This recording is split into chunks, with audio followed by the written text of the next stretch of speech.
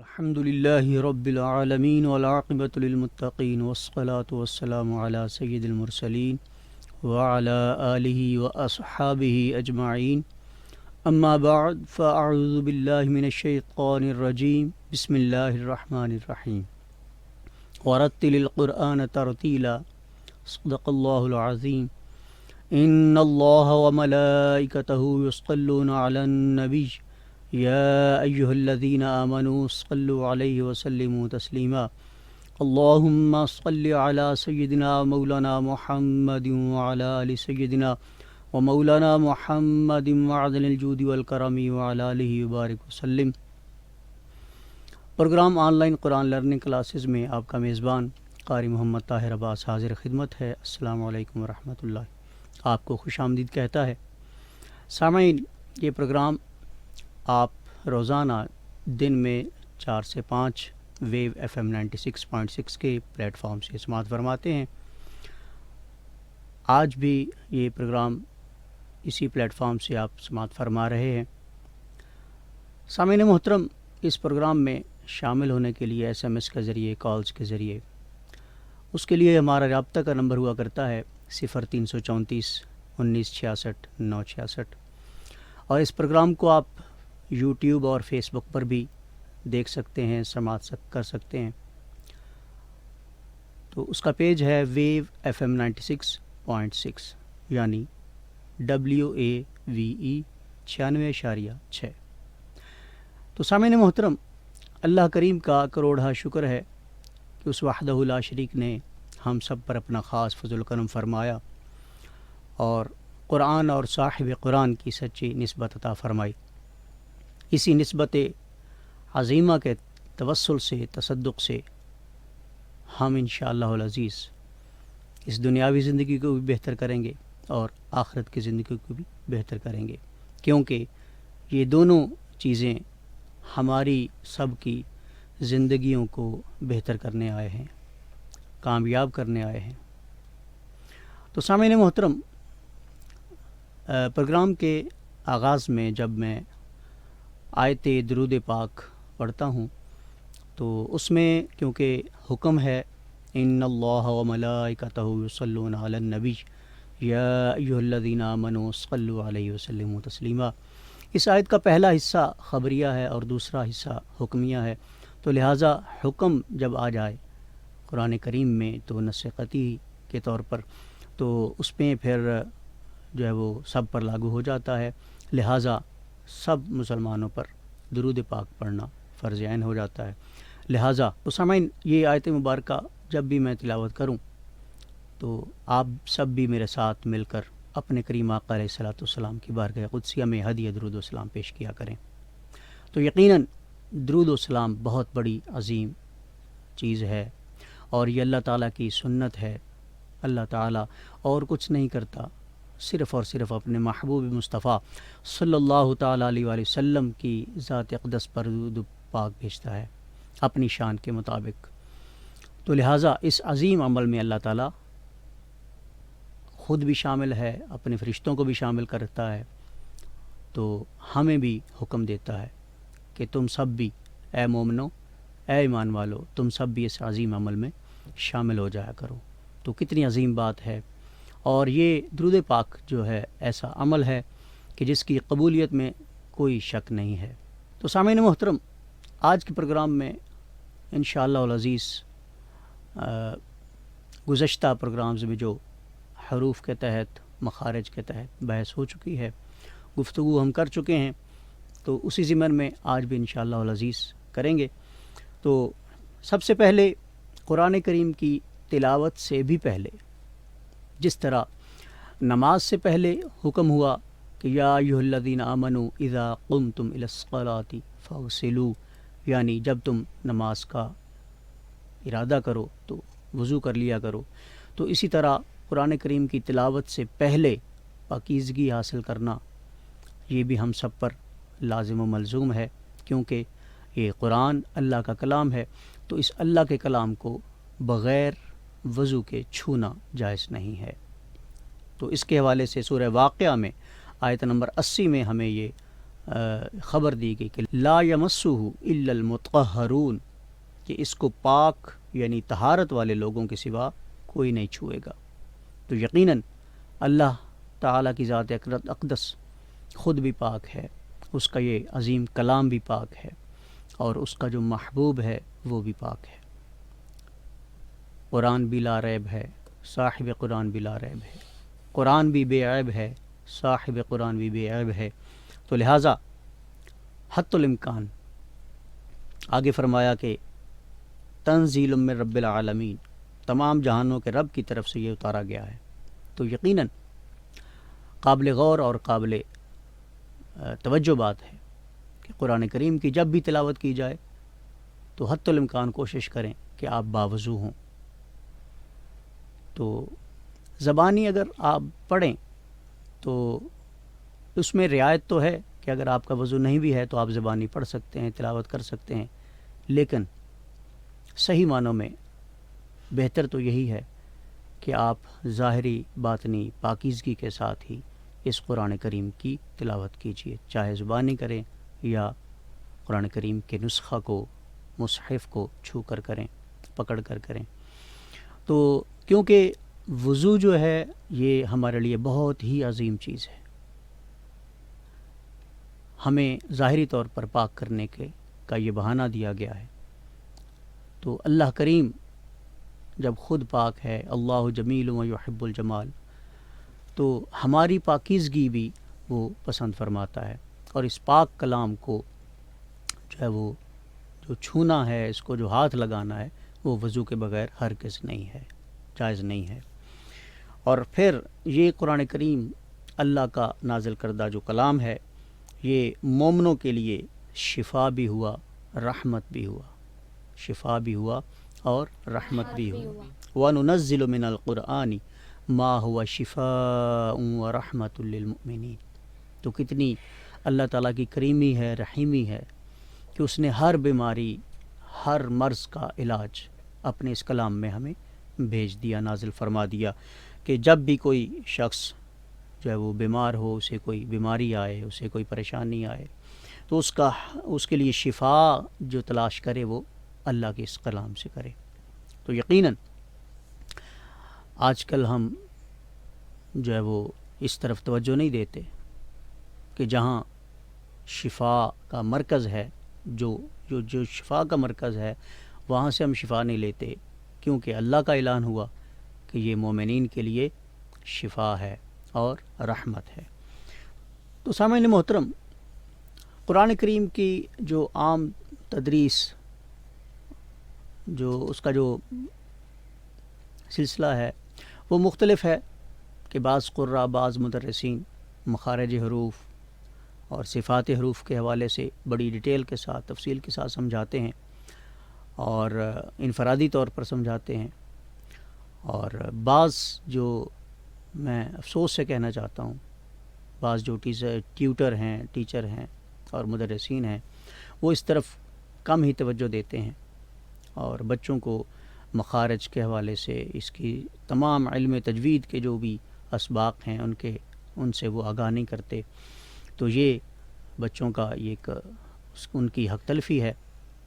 تو لہٰذا کوشش کیجیے کہ صحیح معنوں میں جو حقیقی اعتبار میں علم تجوید و قرات کے جو تقاضے ہیں ان کو پورا کرنا چاہیے۔ سامعین محترم، بات اصل میں یہ ہے کہ الحمد سے والناس تک ہجوں سے قرآن پاک پڑھ دیا جاتا ہے یا پڑھا دیا جاتا ہے، تو اس طرح بچے کو یا طالب علم کو ایک خود مختار ہونے کا موقع نہیں ملتا۔ خود مختار ہونے سے مراد کہ بچہ خود لفظ کو پک کر کے، لفظ کو سمجھ کے، اس کی ادائیگی سمجھ کے جو ہے وہ اپنے طور پر نہیں پڑھ پاتا۔ اب دیکھیے کہ اگر شروع میں، یعنی کہ قاعدہ میں، آپ سمجھتے ہیں کہ ہر ایک کام کا ایک قاعدہ ہے، قانون ہے، طریقہ ہے، تو جیسے آپ انگلش کے الفابیٹس A B C شروع میں مثلا کہ بچے کو پہلی کلاس میں وہ ٹیچر ان کے سکھاتے ہیں، ان کی شکلیں یاد کرواتے ہیں، ان کی آوازیں یاد کرواتے ہیں کہ اے کی یہ آواز ہے، بی کی یہ آواز ہے، سی کی یہ آواز ہے، ایس کی یہ آواز ہے۔ اسی طرح گنتی بچوں کو سکھائی جاتی ہے، ایک کی شکل یہ ہے، دو کی یہ ہے، تین کی یہ ہے۔ اب اگر کوئی بچہ اس طرح گنتی کے تمام اعداد جو ہیں وہ اگر پہلے ان کی پہچان نہ رکھے، ان کے بولنا جو ہے وہ ان کے نام یاد نہ رکھے، کہ اگر اس کے سامنے کسی بچے کے سامنے 5 کا ہندسہ آ جاتا ہے تو اگر وہ اسے سمجھ نہیں پاتا، اسے پہچان نہیں پاتا کہ یہ کون سا ہندسہ ہے، 2 کا ہے، 6 کا ہے، 5 کا ہے، تو شروع میں اگر اس کو یہ شکل کے اعتبار سے اور آواز کے اعتبار سے، بولنے کے اعتبار سے اگر اس کو سمجھا دیا جاتا تو یقیناً بعد میں وہ اسے پہچان کر ہی بولتا۔ تو میرا مقصد عرض کرنے کا یہ ہے کہ ہر شعبے میں جو ہے وہ بنیادی چیزیں ضرور سمجھائی جاتی ہیں۔ اگر بنیادی چیزوں سے آگاہ نہ کیا جائے تو اگلے مراحل میں بہت مشکل ہوتی ہے، ٹھیک ہے۔ تو اسی طرح اگر الفابیٹس کو بچہ یاد نہ کرے تو آگے جا کے وہ کبھی بھی انگلش پر عبور نہیں حاصل کر سکتا، انگلش بول تک نہیں سکتا، لکھ نہیں سکتا، ٹھیک ہے۔ کوئی اس کا ایک جملہ، ایک پیرا بھی جو ہے وہ نہ پڑھ سکتا ہے، نہ اس کو ٹرانسلیٹ کر سکتا ہے، نہ بول سکتا ہے۔ تو یقیناً اس کو پہلے اے بی سی یعنی کہ فردن ایک ایک ورڈز کر کے اس کو سکھایا جاتا ہے، پڑھایا جاتا ہے، بلوایا جاتا ہے، اس کی آواز بلوائی جاتی ہے، اس کے بارے میں بتایا جاتا ہے کہ یہ فلاں جو ورڈز ہے اس کی یہ آواز ہے، یہ فلاں کی آواز دیتا ہے، بی جو ہے وہ بے کی آواز دیتا ہے، جیم جو ہے، جے جو ہے وہ جیم کی آواز دیتا ہے، ٹھیک ہے، ڈی جو ہے وہ دال کی آواز دیتا ہے، اس طرح ٹی جو ہے وہ تے کی آواز بھی دیتا ہے، توئے کی آواز بھی دیتا ہے۔ تو اس طرح بنیادی چیزیں جو ہیں سمجھنا سب شعبہ جات میں پہلے ضروری ہیں۔ اسی طرح کوئی بھی کام ہے تو اس کی بنیادی چیزیں سمجھنا، ان کو پہچاننا بہت زیادہ ضروری ہوتی ہیں۔ اگر وہ نہ کی جائیں تو اگلے مراحل میں کوئی بھی شخص اپنے کام میں مکمل نہیں ہو سکتا۔ تو اسی طرح اگر ہم تلاوت قرآن کریم کرنے سے پہلے ان تمام حروف کو ان کی شکل کے اعتبار سے، ان کے مخرج کے اعتبار سے، ان کی آواز کے اعتبار سے اگر جاننے کی کوشش نہیں کریں گے کہ کون سا حرف اس کا کیا مخرج ہے، کیا اس کی آواز ہے اور کہاں سے وہ نکلتا ہے، کہاں سے اس کی آواز پیدا ہوتی ہے، تو ہم تلاوت قرآن کریم میں ہرگز جو ہے وہ ان الفاظ کی ادائیگی نہیں کر سکیں گے۔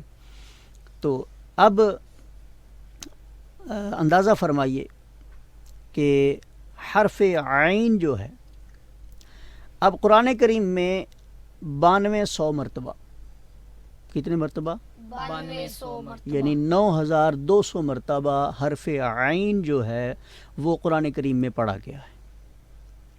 اب اگر حرف عین کا مخرج جو ہے وہ اگر آپ نے پہلے سے قرآن کریم کے شروع کرنے سے پہلے سے یعنی قاعدہ میں اگر آپ اس مخرج کو اچھی طرح بہتر طور پر جو ہے وہ نہ کیے ہوئے ہوتے تو آپ قرآن کریم میں جہاں بھی حرف عین پڑھتے تو آپ غلط پڑھتے، یعنی حمزہ کی آواز سے پڑھتے۔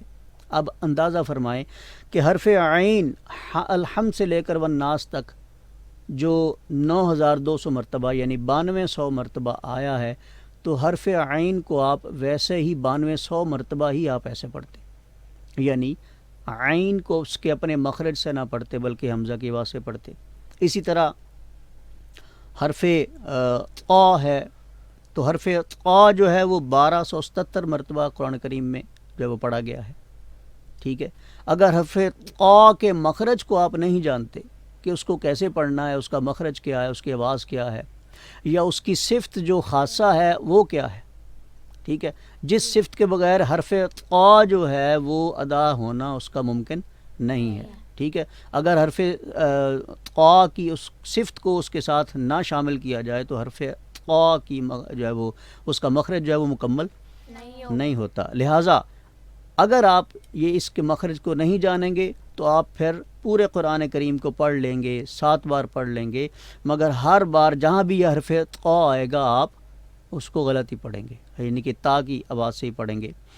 اب سمجھانا مقصود یہ ہے کہ تمام حروف کی اب بار بار جو قرآن کریم میں ان کا آنا ہے، جگہ جگہ پر آنا ہے، مختلف الفاظ میں آنا ہے، تو اگر آپ حرفاً الگ الگ ایک ایک حرف کا مخرج آپ نہیں جانیں گے تو ممکن ہے کہ آپ جہاں جہاں بھی وہ حرف آئیں گے وہاں آپ غلط پڑھیں گے، اور غلط پڑھنے سے جو ہے وہ کیا ہوگا کہ بعض غلطیاں حرام ہیں، بعض غلطیاں مکروہ ہیں، ٹھیک ہے۔ لحن جلی جو میں نے پہلے پروگرامز میں جو ہے وہ بیان کی ہے کہ لحن جلی بڑی غلطی کو کہتے ہیں، اور تو وہ بڑی غلطی جو ہے وہ اسی طرح اگر حرف حرف سے تبدیل ہوتا رہے گا تو آپ پورا قرآن پاک بڑی غلطی کے ساتھ پڑھ دیں گے، ٹھیک ہے۔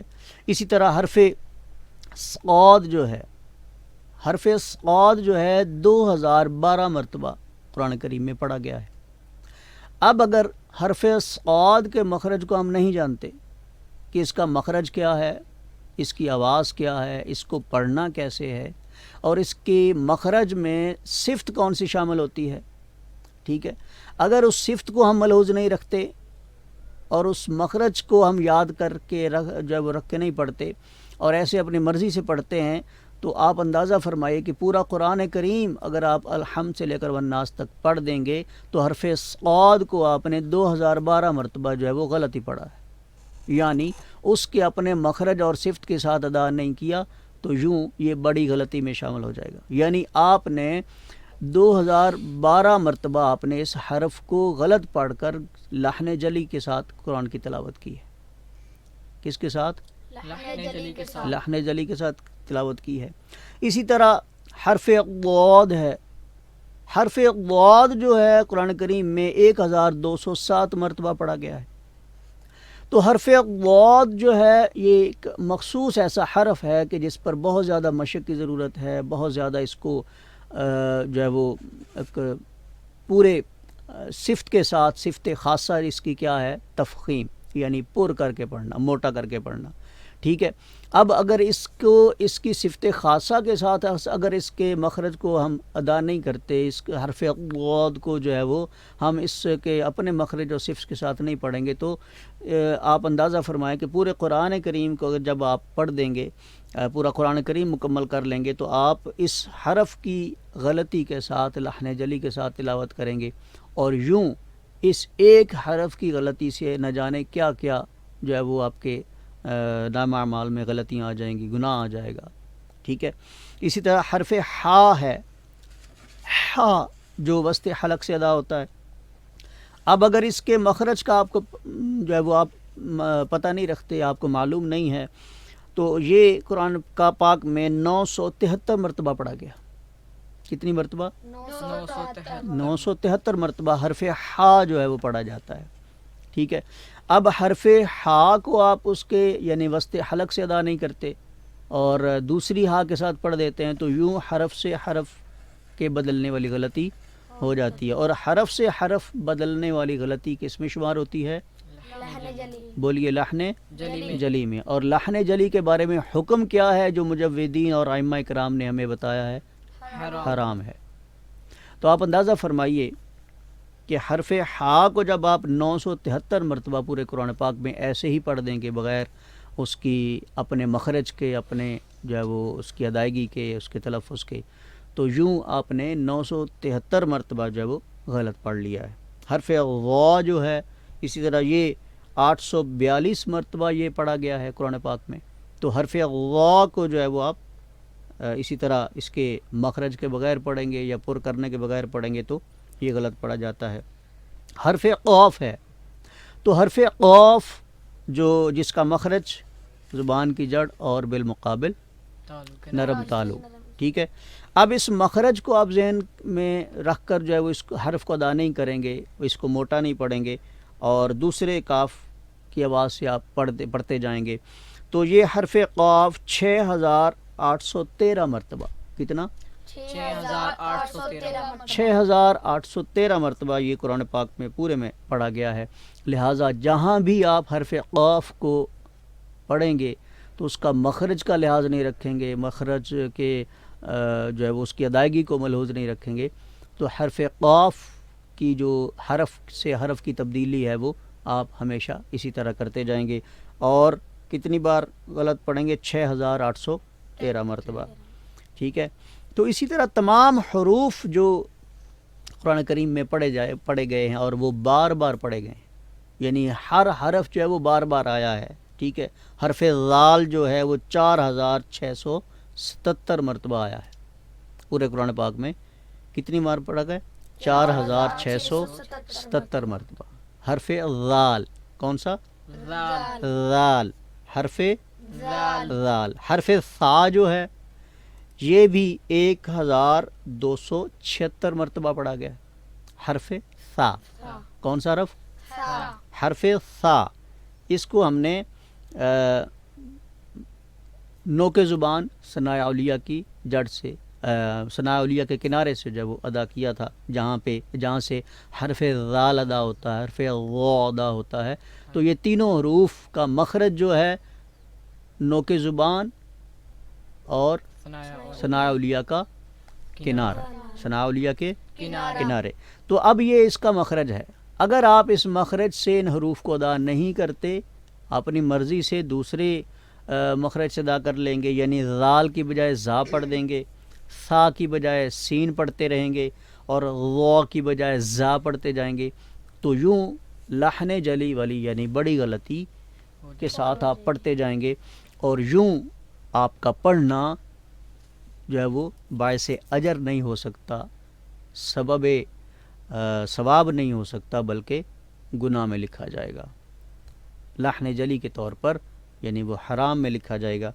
تو میں عرض کرنا یہ چاہتا ہوں کہ جو ہم مخارج حروف کے تحت شروع میں آغاز میں، علم تجوید کے آغاز میں جو ایک ایک حرف کو ہم اس کے ادا کرنے کی جو اس کا طریقہ ہے یا اس کی جو آواز ہے، اس کو فردن یعنی کہ مفرد انداز میں ہم ان پر مشق کیوں بار بار کرتے ہیں؟ اس لیے کرتے ہیں کہ تاکہ وہ تمام حروف شروع میں ہی ہماری زبان پر ایسے چڑھ جائیں، ٹھیک ہے، کہ جہاں بھی وہ پورے قرآن پاک میں جہاں آئیں تو ہم اسی مخرج اور اسی انداز اور اسی ادائیگی سے اس کو پڑھ سکیں، چاہے وہ ساکن شکل میں آئے، چاہے وہ متحرک شکل میں آئے، چاہے وہ مشدد میں آئے، جس صورت میں بھی آئے ہم اس مخرج اور اس ادائیگی کے ساتھ اس کو پڑھ سکیں، اور یوں ہم لحن جلی سے بچ سکیں، ٹھیک ہے.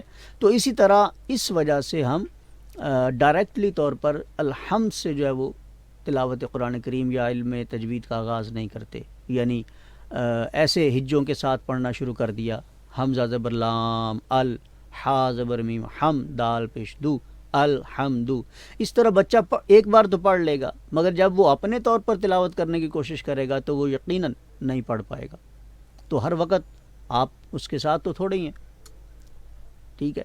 تو ہماری کوشش یہ ہے کہ بچہ پڑھنے والا جو ہے وہ انڈیپینڈنٹ ہو کر پڑھے، ہر چیز پر وہ اختیار رکھتا ہو، یعنی اختیار سے مراد کہ ایک ایک حرف پر وہ اتنا عبور حاصل کر لے، اس کے مخرج پر، اس کی صفات پر، کہ تاکہ وہ جب الگ اکیلے پڑھے تو وہ اسی انداز میں، اسی جو ہے وہ طریقہ سے پڑھے، اس کو پھر بار بار استاد کی ضرورت نہ پڑے، بار بار کسی سے پوچھنے کی ضرورت نہ پڑے، بار بار کسی سے جو ہے وہ سوال کرنے کی ضرورت نہ پڑے کہ یہ کیسے پڑھنا، یہ کیسے پڑھنا ہے، ٹھیک ہے. تو آغاز میں ان حروف کو الگ الگ مشق کرنے کی یہ وجہ ہے، ٹھیک ہے. تو بعض مدرسین، میں بہت معذرت کے ساتھ، کسی کی دل آزاری مقصود نہیں ہے، لیکن میں صرف ایک توجہ دلانے کے لیے یہ بات عرض کر رہا ہوں کہ بعض مدرسین جو ہیں وہ ہجوں کے ساتھ ایسے پڑھا دیتے ہیں، یعنی کہ پورا قرآن پاک پڑھا دیتے ہیں، ٹھیک ہے. تو ہجے کے ساتھ پڑھانا کوئی قابل اعتراض نہیں ہے، غلط نہیں ہے، آپ کے نزدیک ٹھیک ہوگا، مگر اس طرح بچہ انڈیپینڈنٹ نہیں ہو سکتا، یعنی خود سے پڑھنے والا نہیں بن سکتا، اس کی عادت پھر ایسے ہی جو ہے وہ چلتی رہے گی. تو ظاہری بات ہے کہ جو عادت شروع میں بن جاتی ہے وہ پھر آخر تک چلتی ہے، یعنی شروع میں جس طریقے سے بچہ پڑھنا شروع کرتا ہے پھر وہ آخر تک اسی طرح پڑھتا رہتا ہے. تو اس احتیاط کی وجہ سے ہم ایک ایک حرف کو ایک ایک وقت، میں نے پہلے بھی پروگرامز میں عرض کی ہے کہ جب مخارج حروف کا معاملہ آئے تو ایک حرف کو ایک وقت دیں، ایک حرف کو ایک وقت دیں. کیوں؟ اس لیے کہ ایک حرف پر جب پوری طرح عبور حاصل نہ ہو جائے تو دوسرے حرف کی طرف مت جائیں، دوسرے حرف کو مشق میں مت لائیں. ٹھیک ہے؟ کیونکہ ایک حرف کو ایک وقت جو دیا گیا ہے تو وہی وقت اس کی مشق کے لیے کافی ہوگا. پھر دوبارہ سے پھر اس حرف کی مشق نہیں کرنی پڑے گی، اس پر محنت نہیں کرنی پڑے گی، تگ و دو نہیں کرنی پڑے گی. ٹھیک ہے؟ پھر وہ ہمیشہ کے لیے آپ کو زبان پر ایسے ہی چڑھ جاتا ہے. ٹھیک ہے؟ حرف حا ہے تو حرف حا کو اتنی اس مشق میں لائیں کہ جب تک یہ اپنے خاص مخرج سے ادا نہ ہونے پائے تب تک آپ اس کو چھوڑیں نہیں. ٹھیک ہے؟ یعنی بالکل 100% جو ہے وہ بہتر نہ ہو جائے، یعنی کہ آپ سمجھ جائیں. بلکہ میں نے پہلے بھی عرض کیا تھا کہ آپ کسی کو سنا لیں، کسی کے سامنے پڑھیں، اور ہر کسی کے سامنے نہیں بلکہ وہ آپ کی نظر میں جو ماہر ہے، تجوید کا ماہر ہے، قاری ہے، بہترین قاری ہے، اس کے سامنے پڑھیں، اس کے سامنے دہرائیں، بار بار دہرائیں ایک حرف کو، اس کے مخرج کو. ٹھیک ہے؟ تو جب وہ قاری صاحب اور وہ جو ماہر تجوید ہیں وہ آپ کو ایک اپنی اطمینان کا اظہار کر دیں کہ آپ کا پڑھنا ٹھیک ہے، آپ کا مخرج ٹھیک ہے، تو پھر آپ سمجھ جائیں کہ میرا یہ حرف مکمل ہو گیا. پھر اگلے حرف کی طرف چلیں. ٹھیک ہے؟ تو اسی طرح اس پروگرام میں بھی میں نے مخارج حروف کو جس طرح ترتیب کے ساتھ شروع کیا، اور مخارج حروف کے تحت ہم پہنچے تھے حرف و، ذال اور ثا تک. تو آج ہم اگلا مخرج پڑھیں گے انشاءاللہ العزیز، جو 3 حروف پر مشتمل ہے، صاد، ز، سین. تو اسی ترتیب کے ساتھ ہم آج ان تینوں حروف پر بحث کریں گے انشاءاللہ العزیز. کے مخرج کے حوالے سے بات کریں گے، اس کے فا آگے جو آ رہا ہے مخرج کے اعتبار سے، ترتیب کے اعتبار سے، وہ اس پر بھی انشاءاللہ بات ہوگی. تو میں تفصیلاً اس لیے اس چیز پر جو ہے وہ توجہ دلا رہا ہوں کہ بنیادی جو چیزیں ہیں وہ شروع میں پہلے سمجھا دیں. کیا؟ کہ ہر حرف کے مخرج کو اور اس کی صفات. بس زبر زیر پیش یعنی اعراب کی جو پہچان ہے وہ بعد میں ہے. اگر شروع میں ہم اعراب کے ساتھ ہی پڑھانا شروع کر دیں گے تو اس بچے کو قطعی طور پر سمجھ نہیں آئے گی. تو عرض کرنا مقصود یہ ہے کہ الحمد سے والناس تک جب بھی کوئی بچہ تلاوت شروع کرے تو وہ بغیر ہجوں کے ساتھ پڑھے، ہجوں کے ساتھ نہ پڑھے، یعنی جوڑ کر کے نہ پڑھے، ایسے روانی سے پڑھتا چلا جائے. یعنی قاعدہ جو ہے اس کا اتنا پختہ ہو جائے، قاعدے میں اس کے مخارج، صفات، تمام اعرابی چیزیں جو ہیں وہ سب کچھ ایسے مکمل ہو جائیں کہ وہ جب الحمد سے قرآن کریم کا آغاز کرے تو وہ الحمدللہ رب العالمین، یعنی اس طرح پورے مخرج اور پورے تجویدی ضابطوں اور قواعد کے ساتھ پڑھنا شروع کرے تاکہ پھر وہ آگے پڑھتا چلا جائے. اگر آپ سورہ فاتحہ میں اس کو آپ ہجہ کے ساتھ شروع کریں گے، اس کا آغاز کریں گے، تو پھر اس کی یہ روٹین بن جائے گی، عادت بن جائے گی، تو پھر وہ آپ کو نہیں چھوڑے گا، یعنی آپ کے بغیر نہیں پڑھ پائے گا، اکیلا نہیں پڑھ پائے گا، ممکن نہیں ہے. کیونکہ اگر آگے جو الفاظ آتے ہیں وہ ہر نیا لفظ ہے، حروف تو وہی ہیں مگر الفاظ آگے نئے آتے ہیں، ان کی ادائیگی نہیں ہے. ٹھیک ہے؟ تو پھر وہ سہارے کے بغیر چلنا اس کے لیے ممکن نہیں ہوگا. تو اس لیے اس پروگرام میں بھی اسی ترتیب کو جو وہ ملحوظ رکھا گیا ہے کہ پہلے مخارج حروف یعنی ان کی آوازوں، ان کے صفات کے بارے میں جو ہے وہ بتا دیا جائے کہ کس حرف کی آواز کہاں سے نکلتی ہے. ٹھیک ہے؟ تو پھر ہم آگے اعراب کی طرف جائیں گے، ادائیگی کی طرف جائیں گے، وقوف کی طرف جائیں گے، کہاں ٹھہرنا کہاں نہیں ٹھہرنا، صفات کی طرف جائیں گے، اور یعنی کس مخرج میں کون سی صفت آتی ہے، کس حرف میں کون سی صفت خاصہ ہے، کون سی صفت عامہ ہے. ٹھیک ہے؟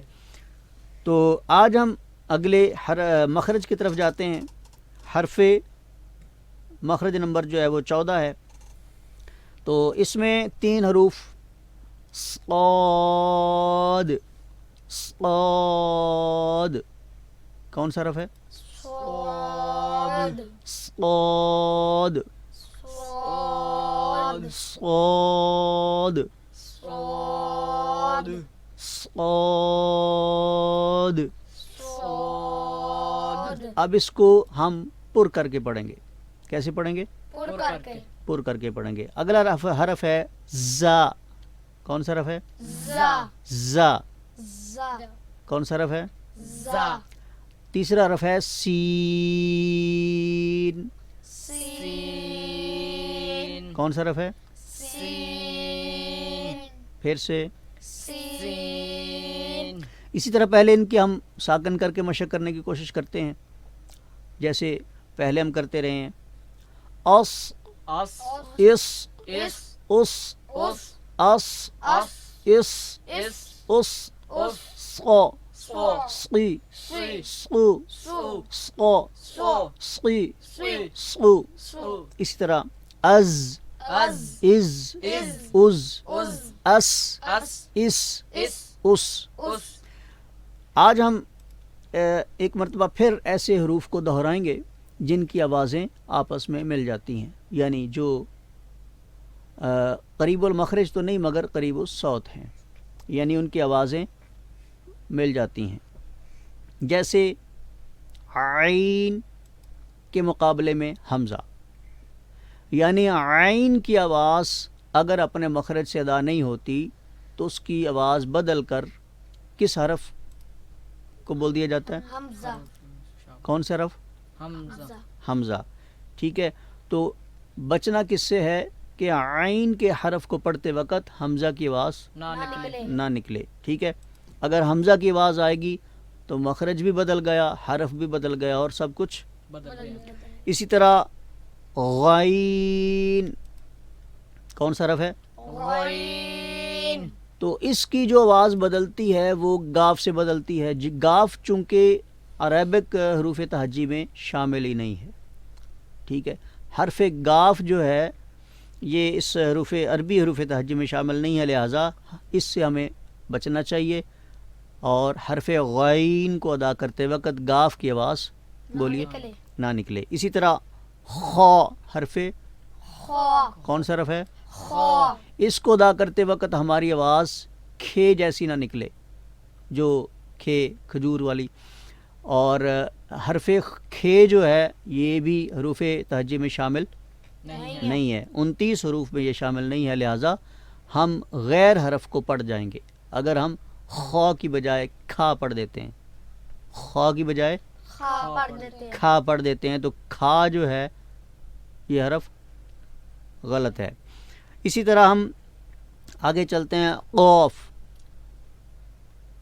قوف بڑا قاف.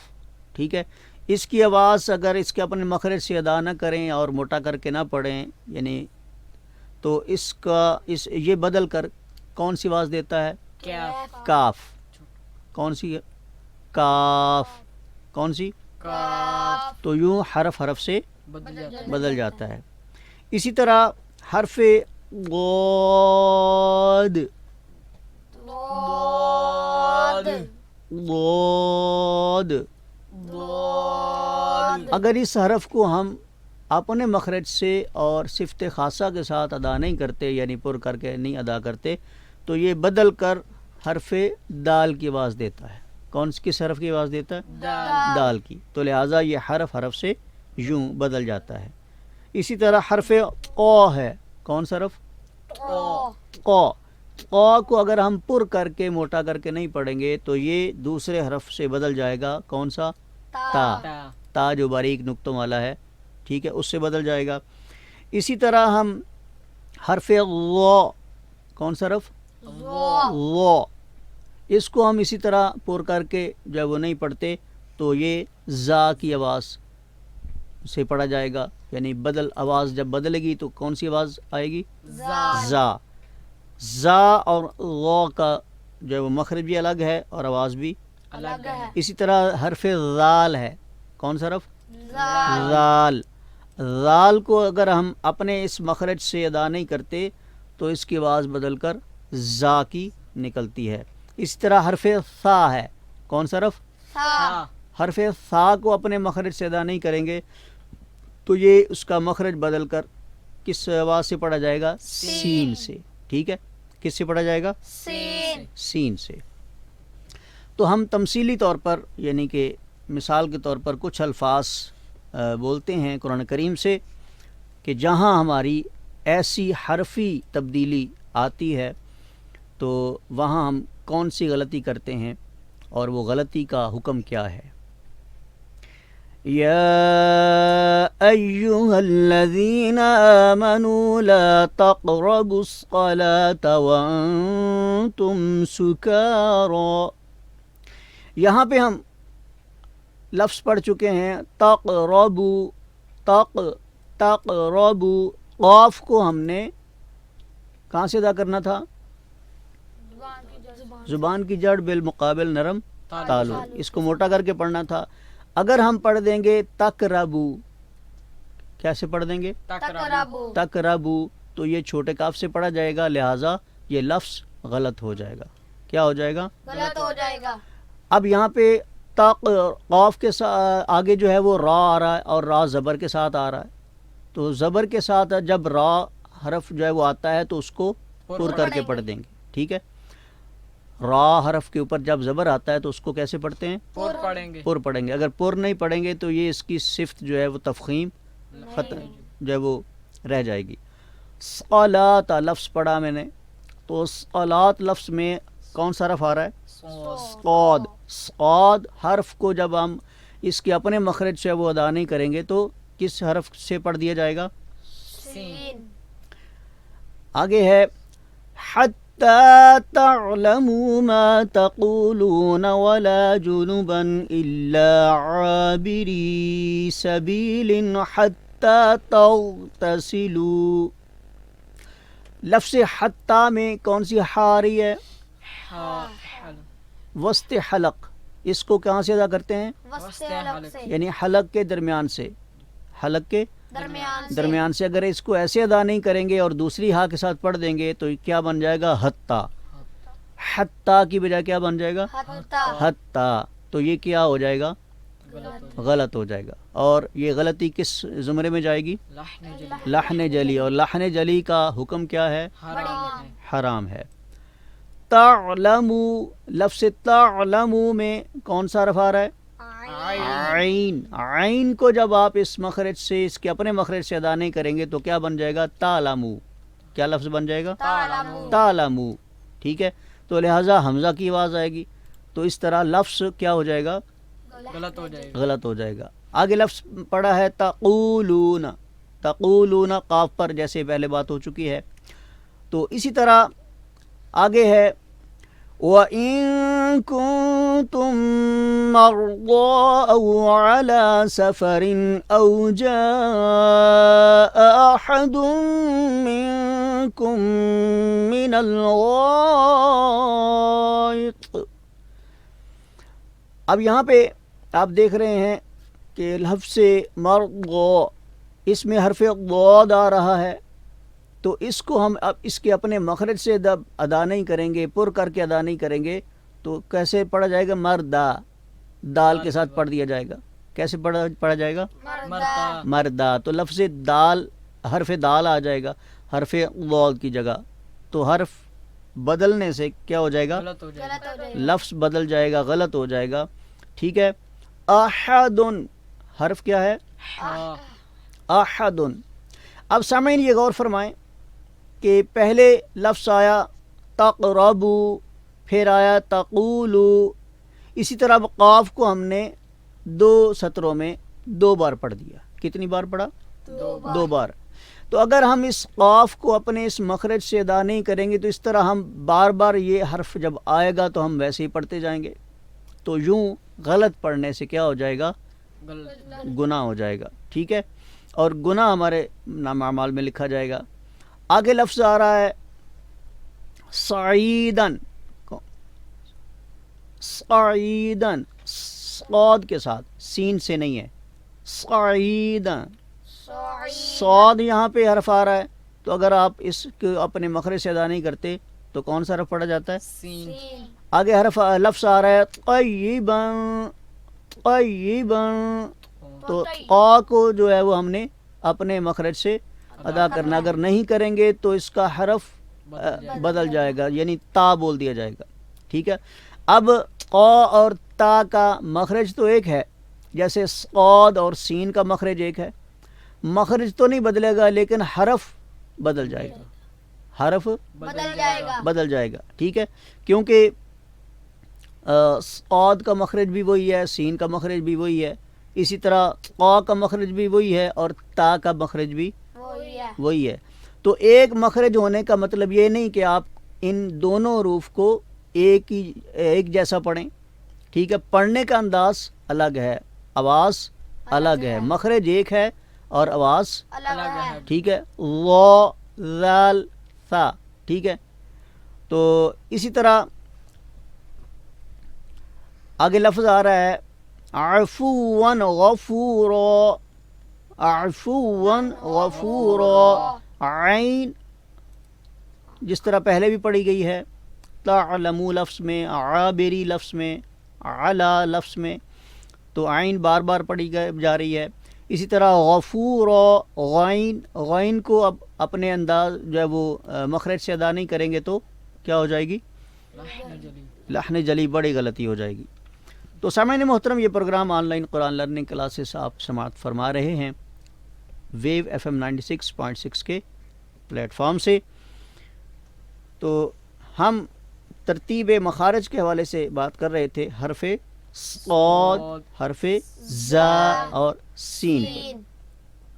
تو اسی طرح اب ان کا مخرج کیا ہے؟ زبان کی نوک جب ثنایا سفلا کے کنارے سے ٹکرانے کے ساتھ ثنایا علیہ سے بھی لگے تو یہ حرف ادا ہوتے ہیں. یعنی آپ کی زبان کی جو نوک ہے یہ جب ثنایا سفلا اور علیہ دونوں آپس میں ملیں گے اور آپ کی زبان کی جو نوک ہے، ٹھیک ہے، تو کنارے سے ٹکرانے کے ساتھ ثنایا علیہ، ٹھیک ہے، یعنی نیچے والے جو سامنے والے جو دو دانت ہیں ان سے بھی ٹکرائے گی اور اوپر والے جو دو دانت ہیں ان کے کنارے سے بھی جو آپ کی زبان کی جو نوک ہے وہ ٹکرائے گی. ٹھیک ہے، صاد، صاد، سین، زا، زا. ٹھیک ہے، تو لہٰذا اس مخرج کو یاد رکھنا ہے، زبان کی نوک جب ثنایا سفلا کے کنارے سے ٹکرانے کے ساتھ ثنایا علیہ سے بھی لگے تو یہ حروف ادا ہوتے ہیں. کون کون سے؟ صاد، زا، سین. اگلا مخرج ہے نمبر 15. 15 نمبر مخرج میں حرف فا ہے. کون سا حرف ہے؟ فا. فا حرف جو ہے وہ ثنایا علیہ کے کنارے اور نچلے ہونٹ کے اندرونی حصے سے کے ملنے سے یہ حرف ادا ہوتا ہے. فا یعنی ثنایا علیہ سامنے والے جو دو دانت ہیں ان کا کنارہ اور نیچے والے ہونٹ کے اندرونی حصہ جہاں پہ وہ تر جگہ ہے. کون سی جگہ؟ تر جگہ. وہاں پہ ثنایا علیہ یعنی کہ سامنے والا جو دانت دو ہیں ان کو ہم نیچے والے ہونٹ کی تری والی جگہ سے اس کا کنارہ ٹکرائیں گے تو حرف فا ادا ہوگا. If, if, if, if, if, if, if, if, if, if, if, if, if, if, if. If, if, if. سمجھ گئے بات؟ جی. فا، فی، فو، فا، فی، فو، فا، فی، فو. فا، فی، فو. تو اسی طرح فا کیفا، فا کیف، چھوٹا کاف ہے، فا کیفا، فا کیف، انفسہم، انفسہم، فانفروا، فانفروا، فعلوا، فعلوا، فاولئک، فاولئک، او انفروا، او انفروا، فضل. فضل.